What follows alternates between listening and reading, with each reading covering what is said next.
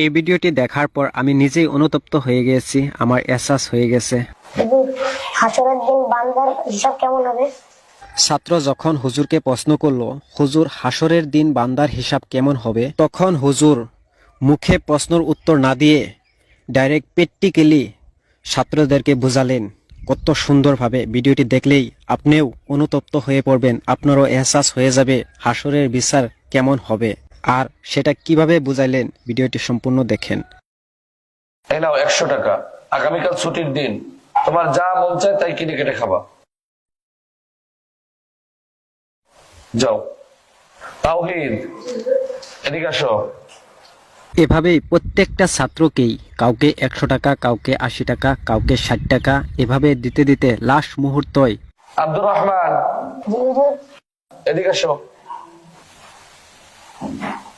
এই নাও 5 টাকা।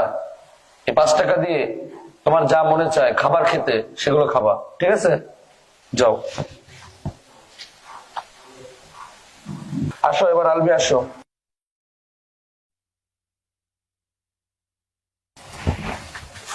এই নাও 1 টাকা।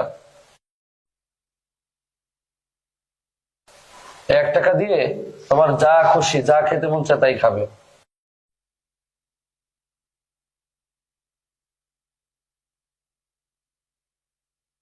এভাবেই হুজুরে কাউকে বেশি টাকা, কাউকে কম টাকা দিল। যারা বেশি টাকা পেয়েছে তারা মনে মনে অনেক খুশি, আর যারা কম টাকা পেয়েছে তারা খুশি হতে পারে নাই।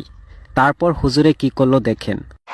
শোনো, আগামীকাল তাহলে সাপ্তাহিক ছুটির দিন, তোমাদেরকে যে টাকা পয়সা দেওয়া হয়েছে তোমরা সকলেই তোমাদের ইচ্ছা মতন খরচ করবা, কিন্তু শনিবার সকালে নাস্তার টাইমে বোর্ডিং ঘরের সামনে এসে তোমরা কে কি খরচ করলা সবকিছুর হিসাব দিবা,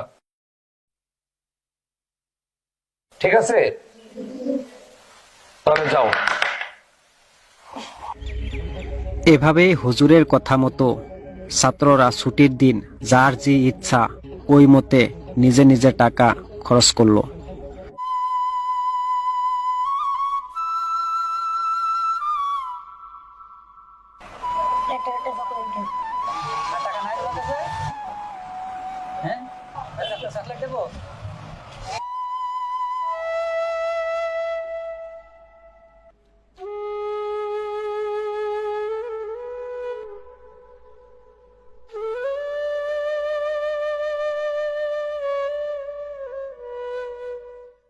তারপর ওই টাকার হিসাব হুজুরে কিভাবে নিল পরের দিন দেখেন।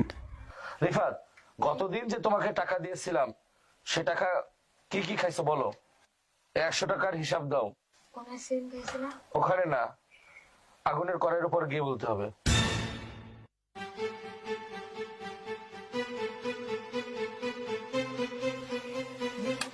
আগুনের কড়াইতে। দাঁড়া দাঁড়া, জুতা খুলে, জুতা পরে না, জুতা খুলে গিয়ে হিসাব দাও। হ্যাঁ হ্যাঁ, জুতা খুলে উঠো উঠো উঠো উঠে এবার হিসাব দাও।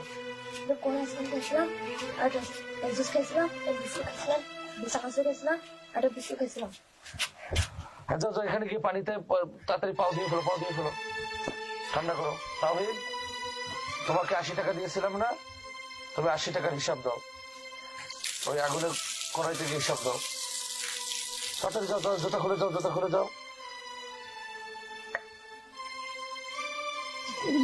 30 টাকা দামের একটা জুস খেয়েছিলাম, 20 টাকা দামের বিস্কুট খেয়েছিলাম, আর 30 টাকা দামের এটা আইসক্রিম খেয়েছিলাম।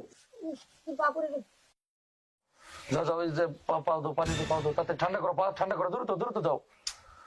তোমাকে 60 টাকা দিয়েছিলাম না, ওই 60 টাকার হিসাব দাও। এভাবেই হুজুরে প্রত্যেক জনের কাছ থেকে পই পই করে প্রত্যেকটি টাকার হিসাব নিল। যার টাকা বেশি তার হিসাবও বেশি, আর যার টাকা কম তার হিসাবও কম। যারা টাকা বেশি পেয়েছিল আর হারছিল, আজকে ওই টাকার হিসাব দিতে যাই তাদের ঠেঙে ফোসকা পড়তেছে, আর ওই ফোসকার জ্বলন্তিতে তারা আজকে কাঁদতেছে। আর যারা টাকা কম পেয়েছিল তাদের হিসাবও কম, তারা আজকে হাসতেছে আর হাসি মুখে ওই টাকার হিসাব দিতেছে। তোমাকে 1 টাকা দিয়েছিলাম না, তুমি 1 টাকার হিসাব দাও।